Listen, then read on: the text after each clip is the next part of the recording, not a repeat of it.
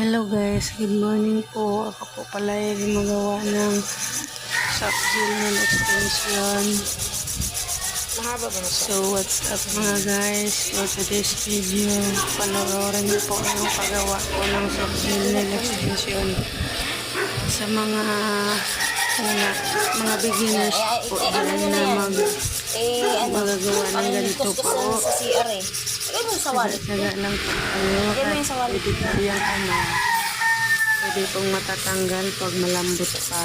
Kailangan po talaga iniingatan po yan kasi po yan paggagawa ng soft gel nail extension, maselan po talaga yan. Sinasabi ko sa'yo. Pag mapiperfectin nyo po yan.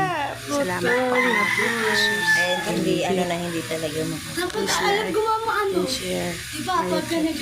Salamat po. Maraming salamat po. Please like and share.